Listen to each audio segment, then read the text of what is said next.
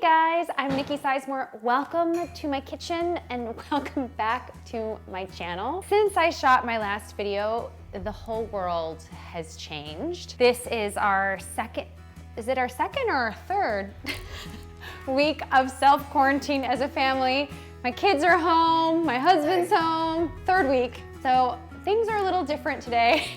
Behind me, my kitchen's a mess. I don't even know if I've showered today, but I wanted to bring you guys a recipe that is one of our staples and it's made just from pantry ingredients. This is a great time to start to celebrate pantry recipes, and I promise you that cooking from the pantry doesn't have to be boring. It doesn't have to be bland. I've got a slew of recipes that incorporate tons of flavor and that are easy to make.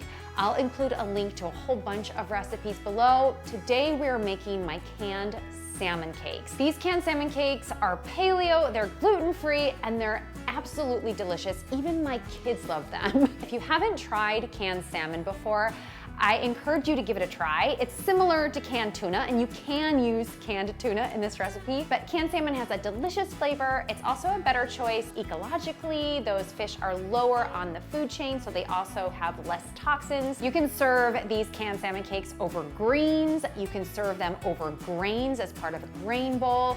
For my kids, I tuck them into slider buns with some of that sriracha mayo, and they love them. I can't wait to show you how to make these salmon cakes. I hope you guys are doing well. Let's head to the kitchen. Don't forget to hit that subscribe button. That way you won't miss out on any of my wholesome, family-friendly, easy-to-make, gluten-free recipes. You can buy canned wild salmon in cans or in packets like these. You'll need either 1 can or 2 packets. If you're using a can, just drain off the liquid, then transfer it to a bowl, and we're using almond flour to bind these cakes. That gives them a really tender texture. Add 2 tablespoons of mayonnaise and then a 1/4 teaspoon of sriracha. You can always add more if you like it spicy, and some diced celery, although if you don't have celery, you can omit it, and an egg. Last but not least, some salt and pepper, and that is it. We're just gonna mix this up with a fork until evenly combined.